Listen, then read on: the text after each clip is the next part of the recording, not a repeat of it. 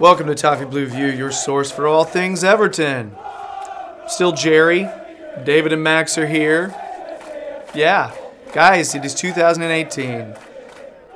Yeah, and I wish this was like a joyous occasion, but after two crap games, we're all kind of down.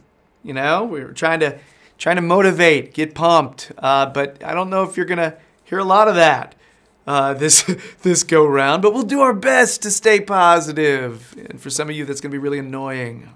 Yeah. So we need to get into the Man U reaction. So Max and David have a lot in common lately. You know, similar hair and beard, mustache template. And they apparently, they didn't tell me they were doing that. And then they didn't tell me that there's apparently a Toffee Blue View uniform that they've been implementing lately. Not only am I an ocean away, but I also just don't know the styles of the show anymore. That's probably better that way. All right? Yeah. I haven't gone beard and mustache for at least 6 years. And you would see more silver, you know? Is this your way of saying you can't grow one, Gerry, or what? Yeah, I'll tell you, I'll be honest, I can. The silence initially was deafening there, to be fair. Yeah. It makes me think so. We've struck a nerve there. I assure you, I have pictures where I've gone full bearded. I swear. My silence was like, how can I answer this in a witty way? And I came up with nothing. I had shit. Yeah, welcome to my world every day. Yeah, usually if I've got a time where I'm silent, I'm like, it's like Gerry's trying to figure out something funny to say, and he's blowing it. But guys, uniforms and twins aside, guys, you were both at the game. Sad times. Who wants to start? Who wants to start with this shit?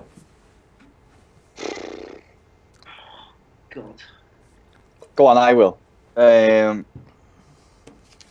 Yeah, that was a real difficult game actually yesterday to watch. I was really impressed with the first, say, 15 minutes because it looked like we'd learned something from those previous 3 or 4 games. We looked like we had a bit of attacking intent. In fact, even the lineup looked like it had a bit more of an attacking intent behind it.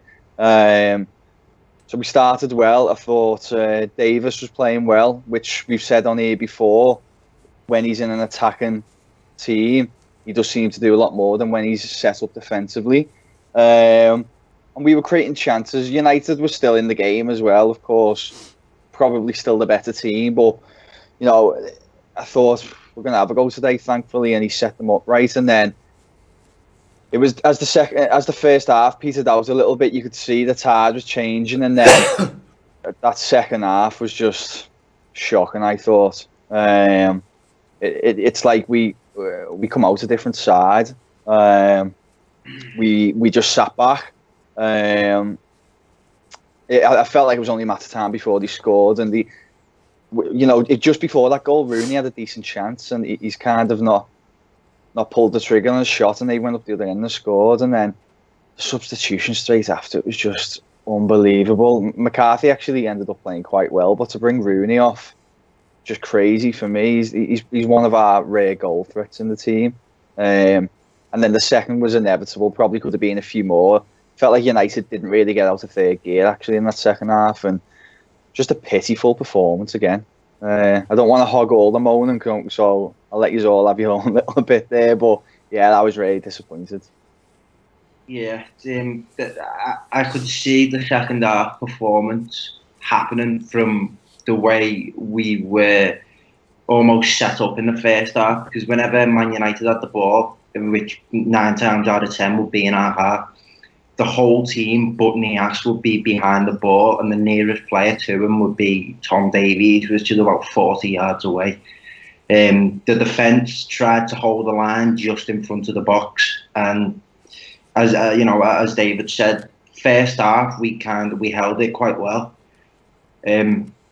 but that second half, because Rooney, the story writes itself, really, doesn't it? I mean, Rooney gave the ball away for United to go down the other end and score. And from that, I think Rooney's head dropped a little bit because he was giving more balls away, sloppy passing. And that's probably why the change went ahead, bringing McCarthy on. But I really disagreed with it, 'cause by bringing McCarthy on, I was thinking, that's not how can we change the game. That's damage limitation. That's, we don't want to concede 2 or 3 by bringing McCarthy on. And we looked so limited. As David said, in the first half, we did look like we were creating chances with Vlasic and Balassi on the wing, but Balassi just isn't fit. That's no fault of his own. He did put in a good 45 minutes to start off, but I don't understand after Aaron Lennon's performances and the way Aaron Lennon's been playing. If you want Balassi to make an impact, why not start Lennon then bring Balassi on?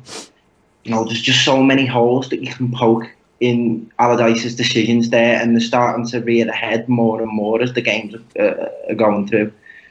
And I don't think I've been quite so frustrated watching Everton in a long time after that Man United performance there. Second half was weird. Watching it, it felt hopeless for about 75% of that second half. Manu on the front foot, defend. We clear it out. Manu get the ball again. They pass around, find an opening. We're defend. We clear it out. Manu get it. It's like we can't maintain any possession after defending. Every single time we would give it away, would not even get into our half. We could not even cross in to be able to get anywhere close to the goal. And it didn't happen until we brought in McCarthy. And did anybody think that sub was going to work out at all? No one. No. But I still don't have an issue. Yeah, I still don't have an issue with McCarthy coming on, by the way. But for me, it's just not in the place of Rooney. I thought the perfect substitution would have been for Schneiderlin. I didn't think he had a good game again. Totally that was the perfect substitution. It didn't happen, and it just felt like United were quite. We've used this word before, but United were quite reactive, and I think they were a little bit apprehensive maybe before the game, and maybe that's how they started, and then they almost. They've seen the way we've set up, the way we've been playing, especially the way we started that second half, and they sensed blood. Mm. My problem with this is Man United were apprehensive. You only need to be scrolling through football media for about 5 minutes, not even that, and you'll see the amount of scrutiny that club's under. Not just on no winning 4 either. No winning 4. I tweeted that last night. They haven't won in 4. So that when I seen the starting lineup, I thought he's starting with 2 wingers. Maybe he's gonna either hit them on the counter attack or actually try and play more football. But as the game panned out, the only option, particularly in that second half, which, as you say, Gerry, did make us look hopeless, was the long ball up to Nias, and it becomes so much more evident that Nias just isn't good enough. His touch is awful.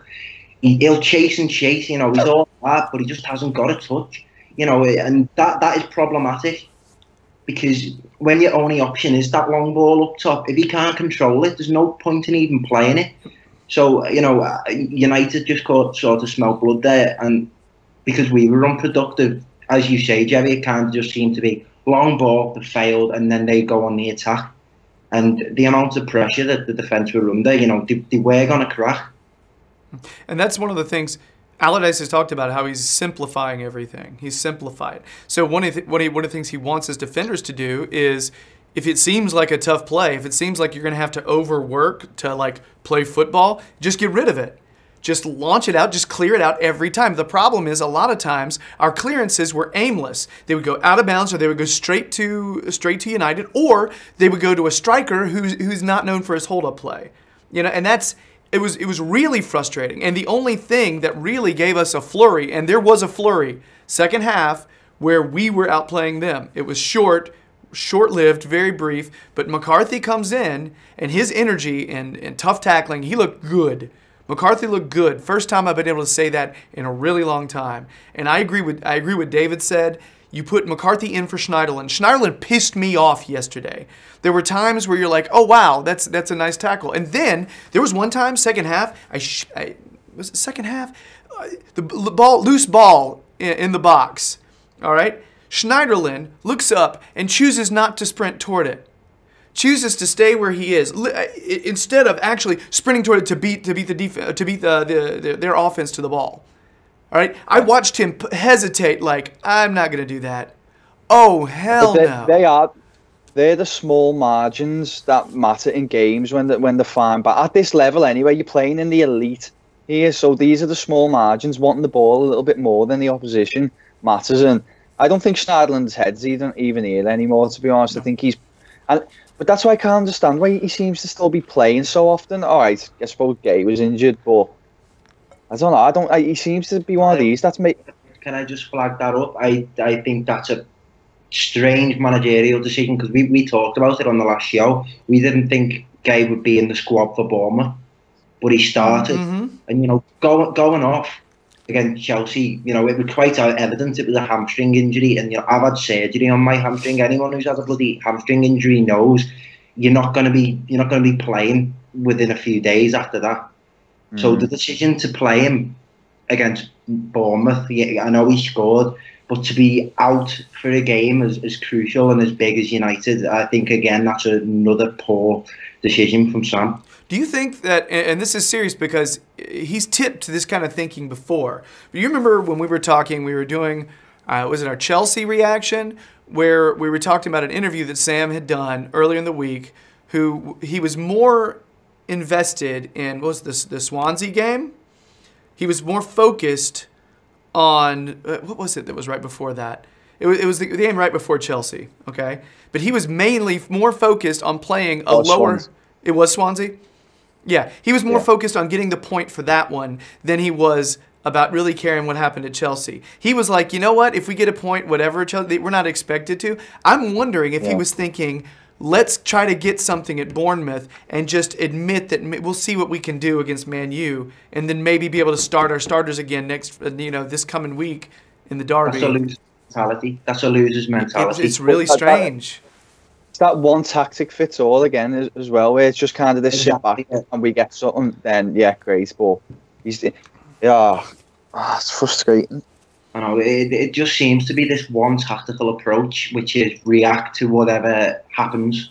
We don't seem to have a game plan. It was hold them out for as long as we can. And what is worth noting against, well, I was going to say this Man United side, but any Man United side over the last 25 years, really, they are so efficient at maintaining the leads, whether that means wasting time or just dragging time out through playing boring football. I know it's just a little thing to pick up on. Every substitution that they made, the man who was coming off over the far side of the pitch walked off gingerly, slowly. Just one of those things. It's time wasting, and I'm not moaning about it by any means, because it's an efficient way to see out your wins. But even after that, there was no kind of intensity or desire from the team to try and just force an attacking move. Because the more the game dragged out, as Gerry said, we did have a second half where we did look like we were going to cause problems. But ultimately, when they don't result in anything, our heads just continue to go down and just accept all these oncoming attacks from United. And I mean, let's be honest. Yeah, I don't think that game could have been played for another 4 hours there. I don't think we would have scored. I think they were already. I think they were more relieved for the final whistle than United, because United really, that second half was probably one of the easiest 45 minutes they're going to play this season. It was just such a disappointing performance, and I think it's been a reality check, thankfully, these last few games, that we all thought we'd turn this corner, and we were talking about Europe and pushing on, and once again to be looking to get top 10 at the moment. You start wondering, where we lucky in these other games? Start looking at those key events. When Liverpool, they were 1-0 up, they should have made it 2 before half time. Very sloppy, and they didn't. If they scored that, they'd probably beat us about 4 or 5-0. We got a penalty right on half time against Swansea when we were 1-0 down. pulled one back there. There's been a few of them that have just gone against West Brom. They had a really good chance, didn't they? There's been a few of them that have kind of gone our way that under Koeman probably weren't, because you're just not getting the rub of the green when it's not going well for you. But I feel like we've had a few go out. Even the penalty at Anfield as well. You know, we've had one in 80 odd years. It was a penalty, but it was a 50-50 really. And many a time we'd never get them. We got it. On another day we wouldn't, and we got beat there. So you just start thinking, well, hold on, have we been a little bit lucky recently? And now it's all kind of coming back on us, and we haven't actually improved as much as we thought we had. So 2 questions that I think I want to lead into possible changes for coming up for the Cup Derby. It's coming up is it Friday? So 2 questions. Number 1, here in the States, the one player that everybody's talking about is Pogba. Okay? They're claiming he took the game by the scruff of the neck, whatever. Did you guys feel like the midfield, the center midfield, is where they were most dominant in this particular game? The whole team was set up as a defensive unit. So I think in that respect, when there's no kind of, there was no I mean, I know, as I said earlier, the defence were trying to hold the line just in front of the box. But when the whole team's set up as a defensive unit with no attacking outlet, well, no effective attacking outlet, I think it's just easy to say the whole team was overrun. Really, as time kind of passed, and particularly in that second half, the more worried the team looked, because they weren't creating any substantial chances. United, as you say, Pogba was becoming increasingly more dangerous, and the likes of Jesse Lingard and Martial, they were running at us, and it was hard to watch, because, and just a little thing like we mentioned with Schneiderlin before, refusing to go in for the ball, the whole team kind of had that half-assed mentality. It might not have even been half-assed, it might have just been scared, and it's just the same things, whereas you think we're turning a corner, there's just this mentality block that hits us again and again and again. Yeah, I mean, I thought Pogba played well, but I think he was given it easy, certainly second half anyway. I don't think he had to be playing at the top of his game to kind of be so influential on the match. Yeah, that's what I'm leading to here. I think Idrissa Gueye being out was a huge miss. You alluded to it a little bit, Max. I think it was a bigger miss than we were prepared to really understand. I remember last season when he had accumulated too many yellow cards, and he was out against Chelsea, and we just got obliterated. I think he does a lot more than I think. We don't really have a whole lot of answers when he's not in. I'm hoping that McCarthy, if he brings that kind of energy to every game, maybe he can kind of fill in there. But I have no idea. I felt like the reason what you're talking about, David, is Pogba had an easier time. I just don't think there's anybody who is up with him. First half, Davies was in his face. Davies had no problem. Somebody tweeted something about Davies not realizing that he's clearly outsized against Pogba, and it was great. First half, Davies played all right. I don't know. I think second half things were made very easy for him, and it's that position, and it's that right in front of the 4 backs, that defensive mid position. One of the reasons why we want Nzonzi. Yeah, I'm hoping. Plus, we need someone to be able to get the ball forward, and he can do that too. Because I have no idea if Ghana's going to be okay to play on Friday, but that's the one thing, the number one biggest thing that I would change about our squad is let's get somebody who's not Schneiderlin that we can depend on in there. Yeah, I don't think Schneiderlin is a strong enough character. I think he's a good enough player, but there's a reason why he couldn't make the cut at United, and he didn't last very long. And just too many of them players in our squad. That's why we seem to be so poor, especially against bigger sides, and it's been going on for a long time now. I think that's what's so disheartening. It's hard to get motivated for these big games anymore because we look already beat before we play them. Yeah. So really quick, these need to be quick reactions, okay? I'm going to name some players. Just give me your quick reaction on how you thought they played. All right? Bolasi. No end product. You know, he showed that he can still beat a man, but he needs to work on his end product. Okay. A quick concern with him is that people are saying about his fitness, which I agree with, but I always remember them being very similar to this, hot and cold. So, yeah, I thought he showed glimpses, but as Max said, he needs to do a little bit more at the end of his tricks and skills. I thought his athleticism was better than I expected, coming off that injury. And I didn't think he had a lot to work with. You know what I mean? Like, he would get to the corner, he would get around, and he would have absolutely no one to cross to. There's nobody there. So I don't know if he needs to work on finding a way to get his head up before he makes that cross, so he knows nobody's there, so he won't make the cross, and he can maybe cut in a little bit more. But, yeah, I don't know. I still think he was one of our more influential players during the game. So. Yeah, fair point. Vlasic. No, he did well. I thought, you know, because I think he was another player that's worth mentioning that got stuck into Pogba as well, and all these other big names. Really, you know, he was trying his best, but when there's not much else attacking movement going on, really, there was nothing else going on ahead of him or anything in field that he could play it into. So, I mean, I'm all for him playing, but the old team need to step the game up if they want to see the best out of him. Okay.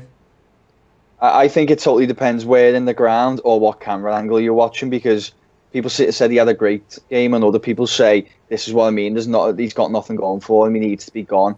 I personally think he's a good player and he showed glimpses of it again yesterday. Don't forget the lads hardly played, has he? So I was quite content with him.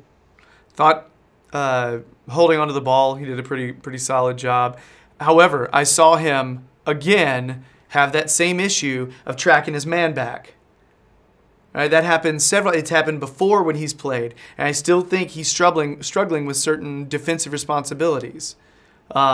He gave up a 1-2, and I guess it was Pogba he was supposed to be following. He was supposed to be keeping track with him, and he just let him go right by. He was ball watching, you know, and it's a sign of a younger player who's not entirely concentrated on the defensive responsibilities.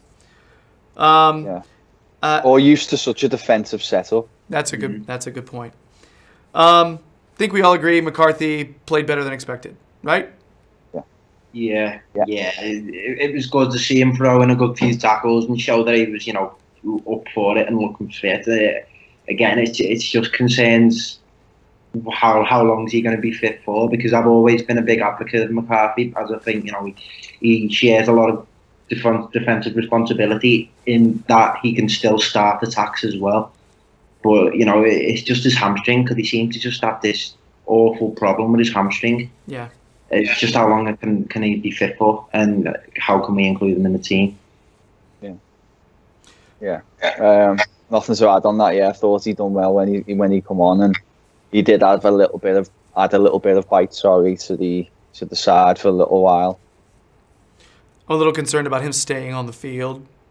You know, there's a couple of his tackles seemed a little borderline reckless. I was happy to see him, but I was surprised he didn't get carded.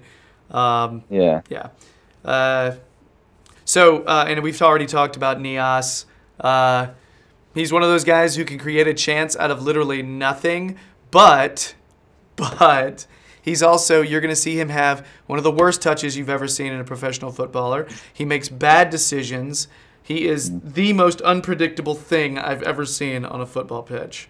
No idea what you're going to get. He actually missed a really good chance. Sorry, what? Didn't he?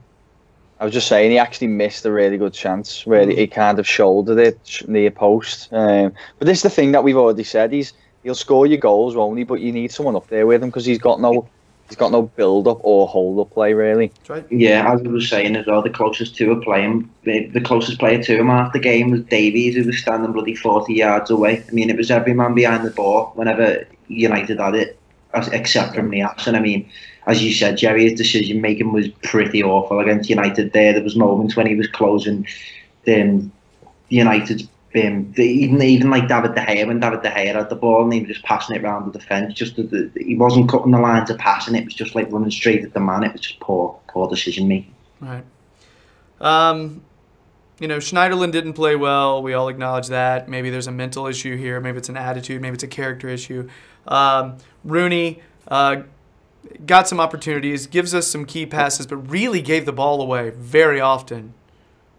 That was a big game for Wayne Rooney, from his own personal position, and from a fan looking on.